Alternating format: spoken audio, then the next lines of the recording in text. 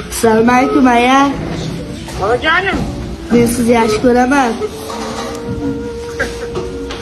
tinchlikmi? Ha, tinchlik. Baxtimga sog' bo'ling. Gapdimidir u? Yo'q, Voy onam, to'g'risa, nima bo'lyapti? jon.